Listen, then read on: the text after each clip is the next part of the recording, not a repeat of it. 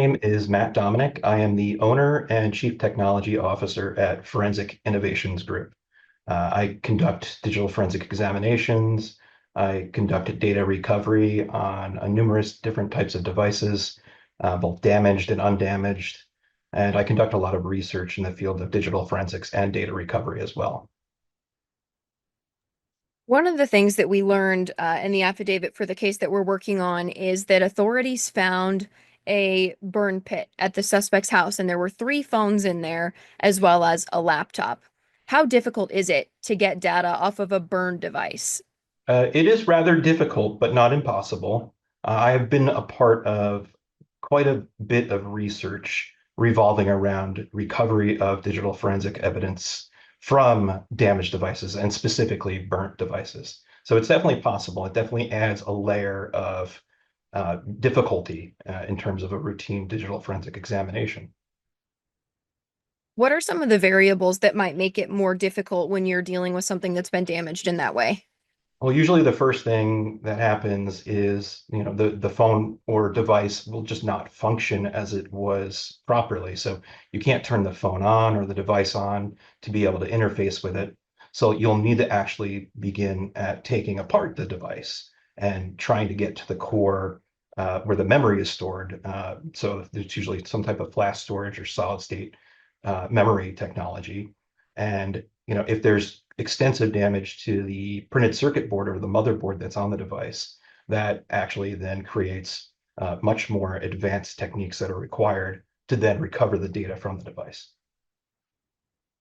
So we don't have information yet on if they found anything on those devices. We're sure that law enforcement has more evidence than we are privy to at the moment, so that's something that we're going to be watching. Something else that was interesting in this case is the suspect used a cycle of turning his phone on and off and initiated what authorities are calling a lockdown mode. And they say that that's very rare to see. Are you familiar with this concept of a lockdown mode on a phone and what that could potentially do to trying to get information from it? Sure. So lockdown mode is a function that's basically available on a few different variety of phones, Android and iOS, that essentially disables biometrics. So you can't log in with a fingerprint, you can't log in with a Face ID, and it also disables any type of screen notification. So, say if law enforcement were to come across a phone that was maybe turned on and had this function enabled on it, they wouldn't be able to see any notifications or anything that might be present on the screen, even if it was locked. And then they wouldn't be able to actually have, either the individual or owner of the device unlock it with either their face or their fingerprint. And a technique that is, used or can be used, in a case where a phone is being turned off and on. In digital forensics, when we come across a device that is actually already turned off, it actually makes it harder for us to be able to retrieve the data from the phone rather than if it was already on when the device was seized and brought to a digital forensics examiner. Would you say this is a common thing that the everyday person would know how to do with their phone, put it in this lockdown mode? It's a relatively newer feature on phones. It's been released within the past year. It's not enabled by default, so somebody would actually have to know about that function and be able to utilize it. So it doesn't come automatically enabled on your device when you purchase it or when you set up your phone. Interesting.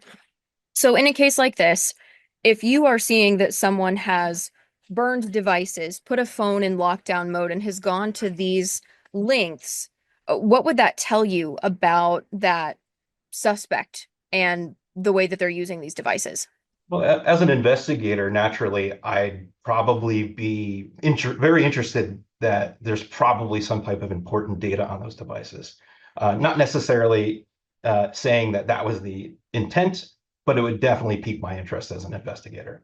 So, eventually, because we're sure that law enforcement has more information than we know at this Mhm. point. So, is there anything specific that you think that they are looking for or that we should be looking for as they release more information in terms of these devices or other devices that they could be getting information from?